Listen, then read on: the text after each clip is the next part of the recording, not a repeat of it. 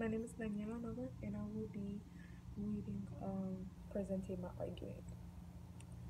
Have you ever thought about what the definition of distracted driving is?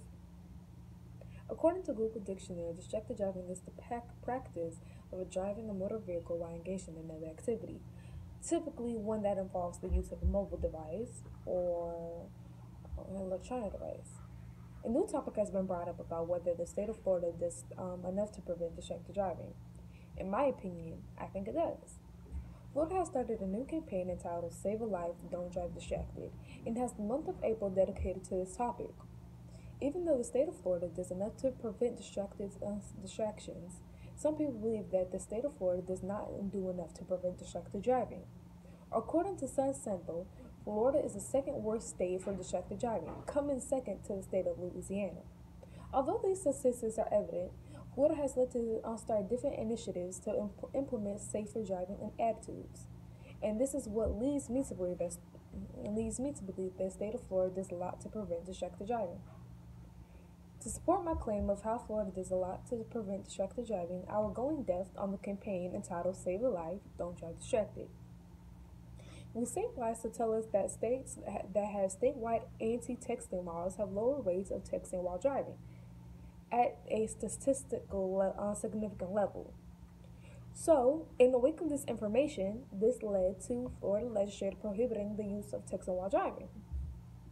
The state of Florida was vigilant enough to realize that in 2015, 3,477 people were killed and 391,000 were injured in a motor vehicle crashes involving distracted drivers. Florida responded to the necessary call to action to protect all drivers on the Sunshine State's roads.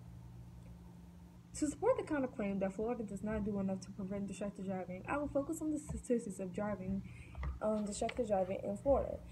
According to a study done by EverDrive Motion Sensing app, the driver's participation were measured on speeding, sudden altercation, aggressive turning, hard braking, and other movement while the driver's phone were being used.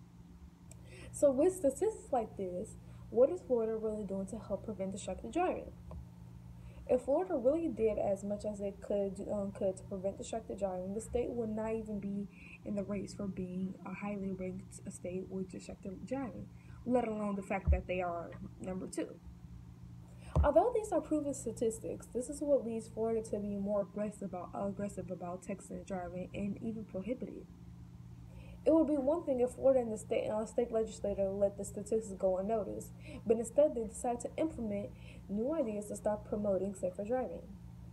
This is what the government is supposed to do for its people. Once it sees a reoccurring problem, it is supposed to work to prevent and even abolish that problem, so that the people are living safer and more comfortably. That being said, this leads me to support Florida even more because it takes a mature and accepting state to under its downfalls and work to correct them. In conclusion, Florida does do a lot to prevent distracted driving, from the radio commercial ads to the billboards. Florida does many things to prevent distracted driving. Because of this, I'm proud to be a Florida driver, to know that the roads I drive on are actively being protected by the deadless silent killer technology. This makes me feel less worried about my family and I's safety on the roads. Although Florida is doing a lot to prevent distracted driving, it's up to the users to heed the warnings of our legislators and put the phone down while driving. I will never forget one of the radio ads sponsored by the FNDOT. It said, "No text is worth a life."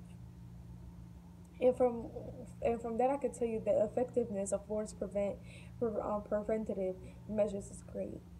After all this time, that part of the ad has never left me, and I think about it every time I drive. So here is statistics. I don't know if you can. It's a little backwards, but I'll just read it.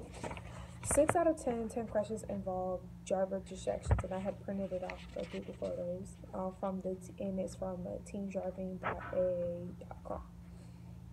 The most common forms of distraction leading to a teen drive crash include 50% interacting with one of the other passengers, 12% using a phone, 9%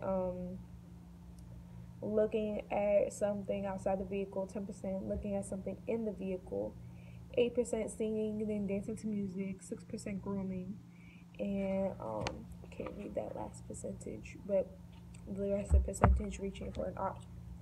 So you see, um, Florida is really taking its effectiveness and trying to lower the statistics on driving, while texting, driving, or any distraction while driving.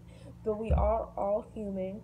I mean, I know once in a while, that's why we have Bluetooth now. That's why a lot of car dealerships and people who make cars try to prevent it as much as possible.